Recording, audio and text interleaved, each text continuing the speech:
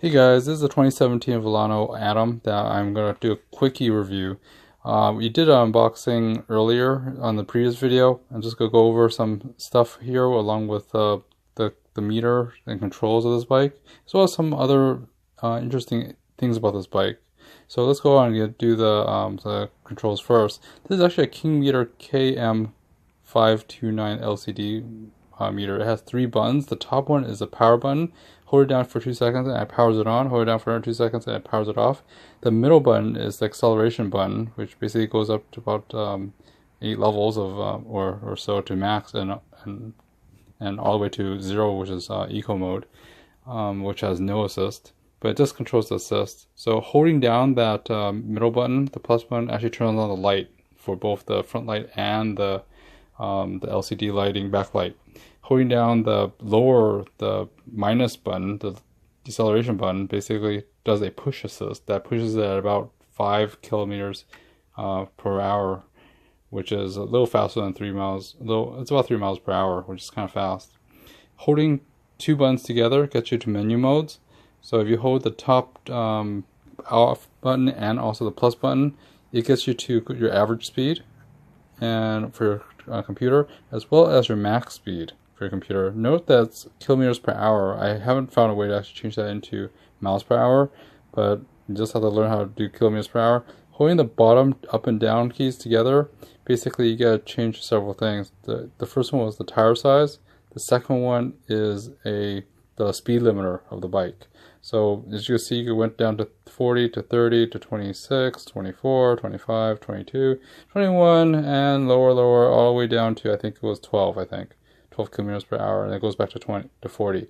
So 40 kilometers per hour, that's like about 24 miles to 24 miles of assist. So be really careful of that. That's a lot of speed. The last one was the backlit, level 1, 2, and 3, no big deal. And it goes back to the wheel size. To turn it off, you basically, or exit the menu, you just hold down the power button for the longer. Again, it's pretty straightforward and simple controls. It's like a little Easter egg that they actually have, like they can actually do a 24 mile per hour assist. Overall, the entire bike is actually a really nice bike. It's well designed, it looks good, but there's a lot of stuff that really makes it kind of little hang-ups on this bike, which is pretty neat, which we'll go over right now. Beautiful bike, put together pretty much. You need, once it comes to it comes factory direct, so you have to adjust a lot of stuff. Majority of which is that, you know, the brakes and stuff has to be readjusted, your gearing has to be tuned, and my rear rotor actually has to be trued for the rotor. It was actually slightly bent. I need to actually true it up to actually work it. I haven't even rode this one yet, and I just barely rode it out so I could just see it. I did pump up the tires, and the tires max is 45 psi, which is not very strong, not really urban. I mean, basically, my Dahan's actually, it's a 20 by 1.75 inch tire, 20-inch tire. Pretty awesome, but it's just not really that high psi, not that high pressure. I'm not even sure if it's e-bike rated or anything. It comes with a cheap Shimano TZ27 or hub, 7-speed, freewheel cassette, and I think we could probably upgrade that. I'm planning to upgrade that thing to probably a 7-speed with a much smaller cog ring. The cog ring on this one is actually about I think 14 or so, so it's 13 or 14 for the highest gear, so it's not very fast at all.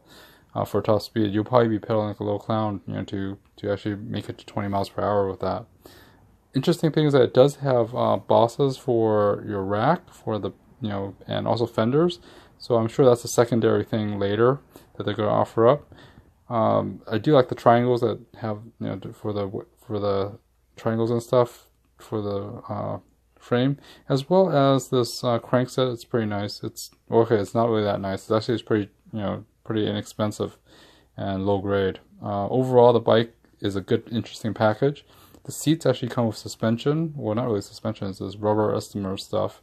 That's just rubber bumpers that actually help cushion some of the ride. Overall, the entire frame, I think it's aluminum. It's quite light.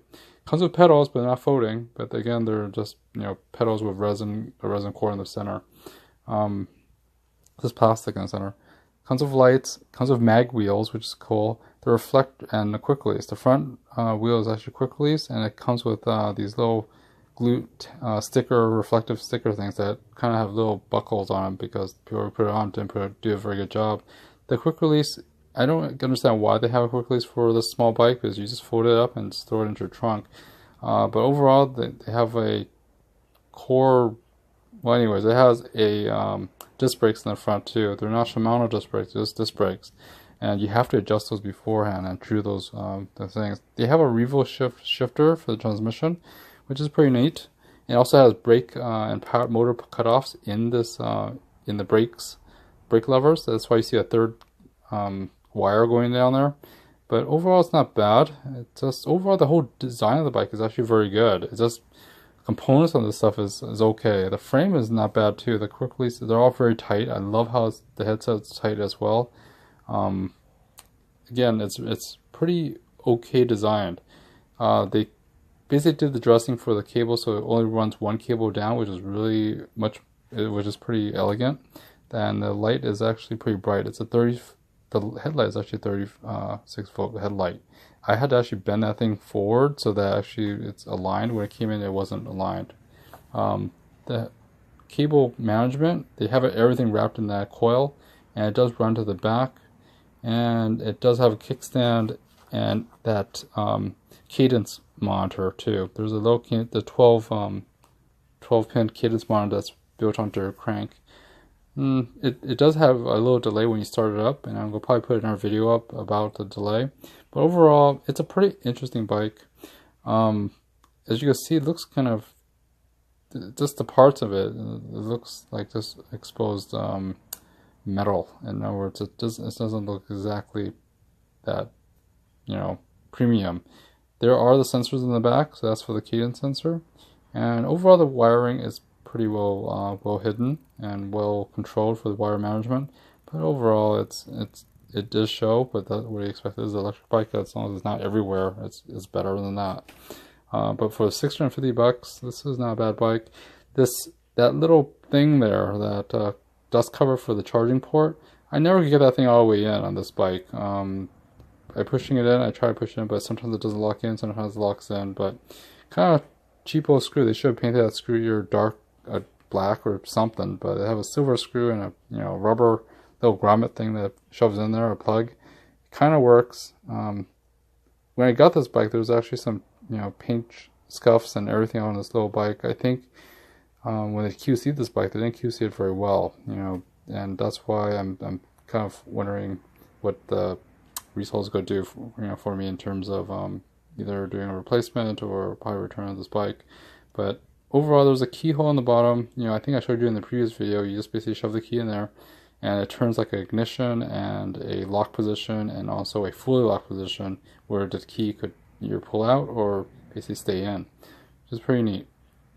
Like I said, I don't mind owning this bike. It's just a lot of small things that has to be upgraded to actually make this thing really good, including the tires, which could be better tires, including like the locking mechanisms, including the brakes.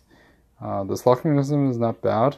It's very, very tight. It feels really secure, but it's only one locking mechanism. There is a safety latch on the sides of these, like a secondary lock, so the primary lock doesn't move. Overall, it feels really, really sturdy.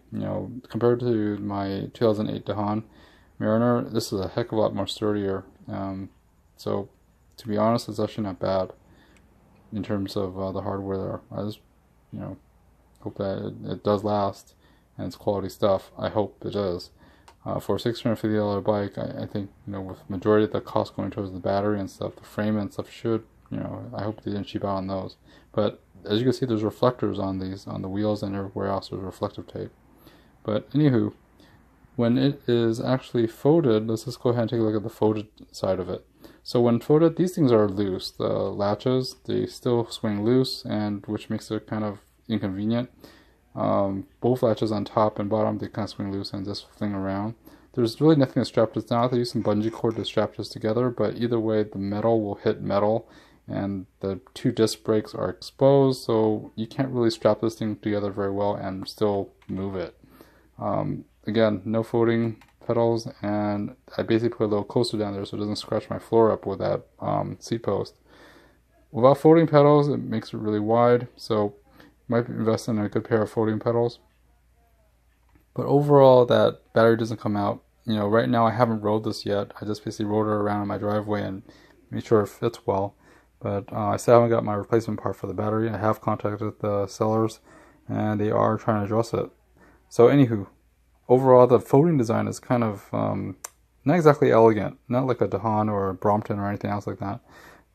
But you probably have to get a piece of bungee cord or something to strap it together. Again, that was when you can see a little chip there. That was actually there when I got this thing, so I guess the quality control wasn't really there. Anyways, guys, thanks for watching again. I'm probably gonna make another part 3 of this video when I get the replacement parts for the video, so I actually ride and bike this thing. And stay tuned for more. It might be another week before I get the replacement part or something for this bike. Overall, I love the bike design. You know, just have to do some upgrades on it, and I think it'll be great.